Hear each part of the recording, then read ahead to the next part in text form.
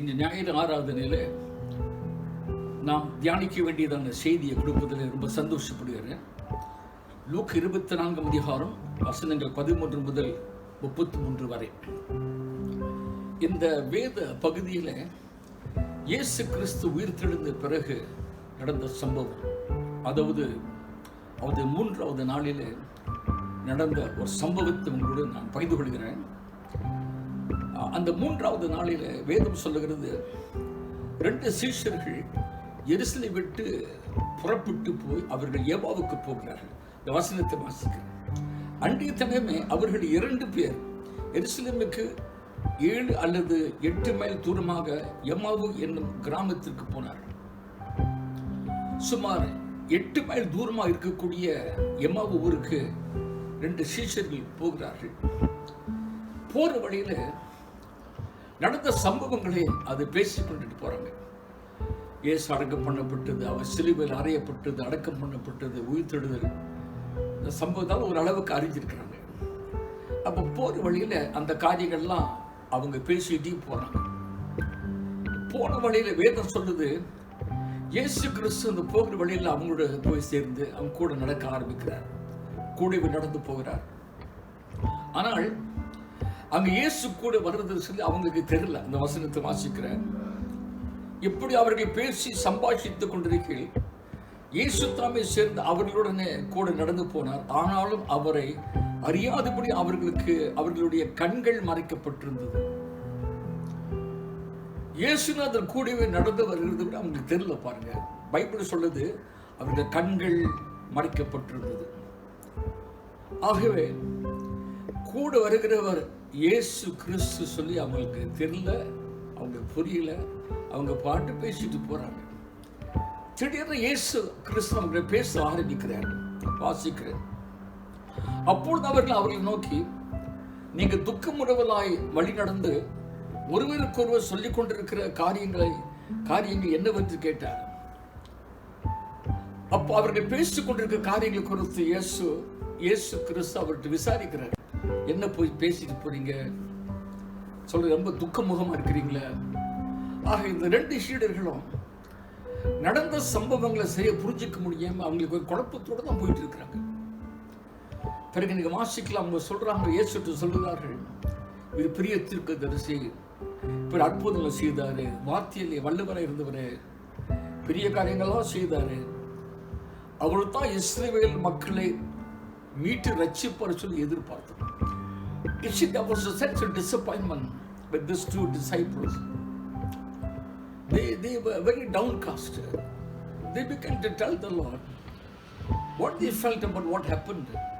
They said, he was supposed to be a great prophet and mighty in his works, and they crucified him and all that. And then they said, we thought he will be our redeemer. அவங்களுக்கு பெரிய ஒரு ஏமாற்றம். நாங்கள் அவர் ரொம்ப எதிர்பார்த்தோம், அவரு தான் இஸ்ரவேலர்களுக்கு மீட்பர் ரட்சகர் எல்லாம் சொல்லி ரொம்ப எதிர்பார்த்தோம். ஆனா அப்படி நடக்கலையே. அவர் கொலை பண்ணப்பட்டு மரித்து போய் அப்படியே எழுந்தான்னு சொல்றாரு. ஆனா நான் எதிர்பார்த்தது நடக்குது. There was a sense of utter disappointment. They were thoroughly discouraged. ஆகவே பெரிய ஏமாற்றம். சில நேரங்களில் நம்ம ஆண்டவரை எதிர்பார்க்கிற மாதிரி சில காரியங்கள் நடக்காது இல்லையா? நம்ம எதிர்பார்த்து கொண்டிருப்போம், நடக்கிறது வேற மாதிரி இருக்கும். அதே ஏமாற்றம் தான் எங்களுக்கு. இது இயேசு கிறிஸ்து உயிர்த்தெழுந்த 3வது நாளில் நடக்கிற சம்பவம் பாருங்க. சரி, அப்போ இயேசு கிறிஸ்து இவர்கள்ட்ட என்ன சொன்னார்? அது முக்கியமான சில காரியங்களை இன்றைக்கு இந்த பிரசங்கத்தில் இருக்க. What did Jesus tell these 2 disciples? He knew they were thoroughly discouraged about what was happening. சரி, அவர் முதல்ல என்ன செய்தார், என்ன சொன்னார்? முதல்ல என்ன வாசிக்கிறோம்? முதல்ல வசனம் வாசிக்கிறேன். அப்பொழுது அவர்களை நோக்கி, தீர்க்கதரிசிகள் சொன்ன யாவையும் விசுவாசிக்கிறதற்கு புத்தியில்லாத மந்த இருதயம் உள்ளவர்களே. முதல்ல என்ன பண்றாருன்னா, ரொம்ப ரொம்ப கடினமா இல்லை, ரொம்ப அன்பா அவங்களை கண்டிக்கிறார். உங்களுக்கு தீர்க்கதரிசியெல்லாம் இவ்வளவாய் உங்களுக்கு சொல்லி கொடுத்துருந்தோம், நீங்கள்லாம் வேத வாக்கியத்தில் படிச்சிருக்கீங்க. ஆனால் விசுவாசிக்கிறதுக்கு உங்கள்கிட்ட புத்தியில் ஒரு மந்த இருதயத்தோடு இருக்கிறீங்களா? The English translation said Jesus rebuked them very gently. He said, "You are slow to believe what the prophets had said." So Lord was trying to get to them. Why are you slow in believing what the prophets had said about the Redeemer? ஆகவே you are very slow in believing. நீங்க அதை சீக்கிரமா அதை நீங்க விசுவாசிக்கல, ரொம்ப மந்தமா இருக்கிறீங்க. Slow to believe. I think one of the things the Spirit of God will want in us along the life will be, we must be quick to believe. கர்த்தர் சொல்லுகிற சில காரியங்களை அதை சீக்கிரமா அதை பிடிக்கிறதுக்கு ஒரு விசுவாசம் இருக்கணும். We mustn't be slow, we must be fast. ரொம்ப சீக்கிரமா அந்த காரியங்களை விசுவாசித்து அந்த காரியங்களை மனதில் வைத்து கர்த்தரை ஸ்தோத்திரிக்கணும். ஆனால் இவங்களுக்கு விசுவாசம் ரொம்ப ஸ்லோ. சரி, அவ ஒரு குறை இருந்தாலும் அவங்கள்ட்ட கொஞ்சம் கண்டிக்கிறாரு. ஆனா பிறகு என்ன செய்கிறாரு? வேத வாக்கியங்கள் எடுத்து சொல்லுகிறார். வாசிக்கிறேன். மோசே முதலிய சகல தீர்க்கதரிசிகளுக்கு எழுதின வேத வாக்கியங்கள் எல்லாவற்றிலும் தம்மை குறித்து சொல்லியவைகளை அவர்களுக்கு விவரித்து காண்பித்தார். இரண்டாவதாக, விசுவாசித்து குறை இருந்தாலும் அது ரொம்ப பெருசுப்படுத்தாமல், ரெண்டாவது என்ன பண்றாருன்னா அவர்களை அந்த வசனத்தில் கொண்டு போறாரு, வேத வாக்கியங்கள் கொண்டு போறாரு. I think that's the best Jesus could do.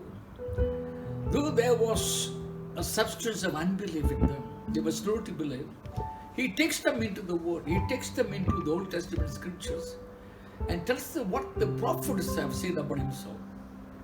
ஆகவே வசனத்துக்கு கொண்டு போறார். ஒரு காரியத்தை கற்றுக்கொள்ள வேண்டும். எப்போதும் வசனத்துக்குள் போக ஆரம்பிக்கணும். We must enter into God's word. வேத வாக்கியங்களுக்குள் போய் அந்த விளக்கங்களை பெற்றுக்கொள்ள வேண்டும். We must always have this swiftness to enter into God's word and see what the scriptures say. ஆகவே வேத வசனங்கள் எடுத்து விளக்கிறார். இப்படிதான் சொல்லப்பட்டிருக்கிறது. அவங்களுக்கு ஒரு நல்ல ஒரு வேத அறிவை, வேத விளக்கத்தை கொடுத்து அவங்க குழப்பத்தை தீர்க்கிறார். That's number 2. மூன்றாவது, போய் கொண்டிருக்கும் போது ஊரை வந்து சேர்ந்துடுறாங்க. They come close to Emmaus. அப்போ ரெண்டு பேரும் சொல்லுகிறார்கள், சார் ரொம்ப லேட் ஆயிடுச்சு, அந்தி நேரம் ஆயிடுச்சு, நீங்க எங்க ஊர்ல எங்க வீட்டில் தங்கி இருந்து போங்க சொல்லி they invite Jesus and they say, "Already late, stay with us."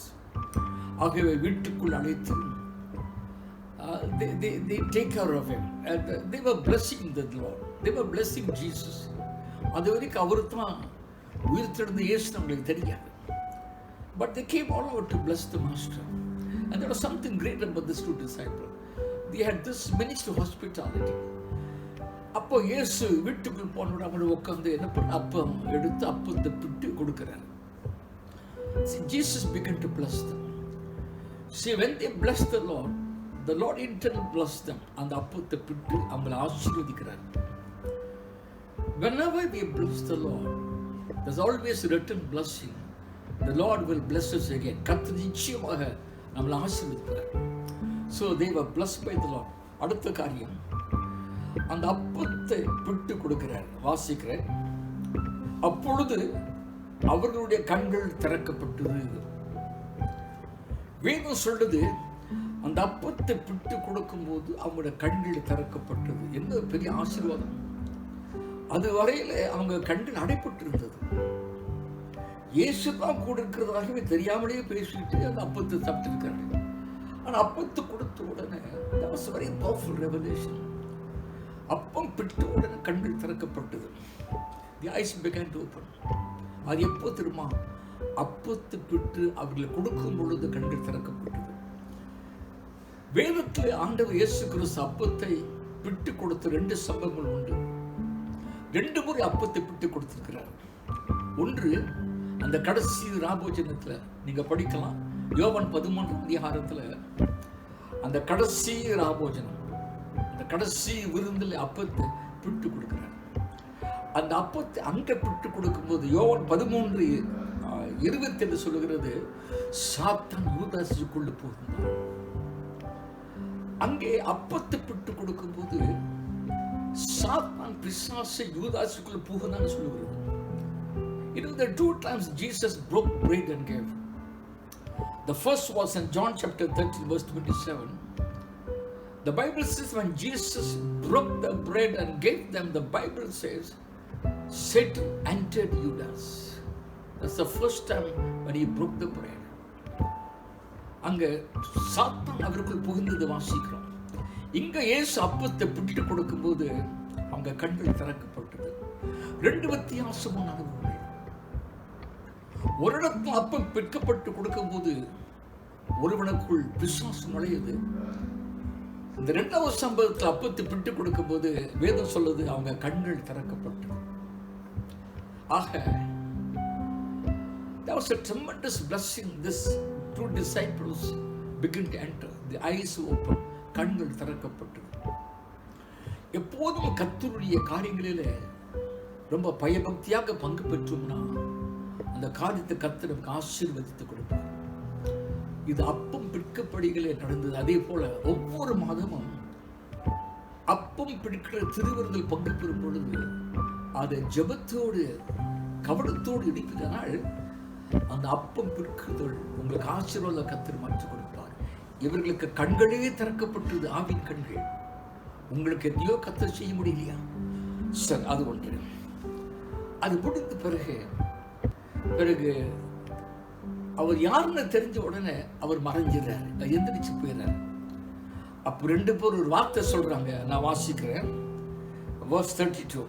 This is what they said. அப்பொழுது அவர்கள் ஒருவர் நோக்கி வழியிலே அவர் தம்முடனே பேசி வேத வாக்கிலே நமக்கு விளங்க காட்டின பொழுது நம்முடைய இறுதியம் நமக்குள்ளேயே கொழுந்திட்டு எரியவில்லையா என்று சொன்னார்கள். அவங்க என்ன சொல்றார்கள்? நம்மோடு கூட நடந்து வரும்போது அவர் நம்மகிட்ட அந்த வேத வாக்கியங்களை பேசும்போது நம்ம ஒரு மாதிரி ஃபீல் பண்ணோமே, நம்ம இருதயத்துக்குள்ள ஒரு மாதிரி நெருப்பு கொழுந்துட்டு எரியவில்லை. They were sharing a wonderful experience. They said, when the Lord was talking to us on the way to Emmaus, we felt our hearts were like ignited with the fire. That was a stirring of fire in the spirit. And they said that's what we felt. The presence of God and the word of God was igniting a holy fire inside them. அவர்களுக்குள் அக்கினி கொழுந்திட்டு ஆரம்பித்தது. I feel this is what we must have. When God's presence and God's word begins to minister to us, we will always experience a tremendous feeling of like there's something burning inside. God will set you on fire. There will be a tremendous, what I would say, ignition of holy fire. He'll keep your soul in holy fire. Don't lose that. ஆகவே கடைசியாக என்ன சொல்லுகிறேன், இந்த சம்பவத்தை வாசிக்கும் போது 4 காரியம் நடந்திருக்கிறது. உங்களுக்கு கொஞ்சம் சுருக்கி நான் பேச விரும்புவேன். முதலாவதாகவே அவர்கள் விசுவாசத்தில் கொஞ்சம் சுணங்கினார்கள். We must be fast in believing. எந்த காரியத்திலுமே ரொம்ப சீக்கிரமா விசுவாசித்து நம்பணும். அப்போ அடுத்த காரியத்தை கர்த்தர் பார்த்துக் கொள்வார். இரண்டாவது, secondly, go back to God's word. கர்த்தருடைய வசனத்துக்குள்ள போக வேண்டும். வசனங்களை வாசிக்கும் போது வசனமே நமக்கு விளக்கம் கொடுக்கும், குழப்பத்தை தீர்க்கும். The word of God will bring a revelation to us. மூன்றாவதாக, bless the Lord and bless His ministry. நீங்கள் அவரையும் அவர் ஊழியத்தை ஆசீர்வதிக்கும் போது கர்த்தர் நிச்சயமாய் உங்களை ஆசீர்வதிப்பார். உங்கள் கண்கள் திறக்கப்படும். ஏதாவது கர்த்தர் பண்ணி ஆசீர்வதிப்பார். ஹல்லேலூயா. கடைசியில அவங்க இருதயம் குளிர்ந்துட்டே இருந்தது. Always make sure your soul is on fire. And that fire only will come when you're in touch with the presence of God and you're moving in God's word.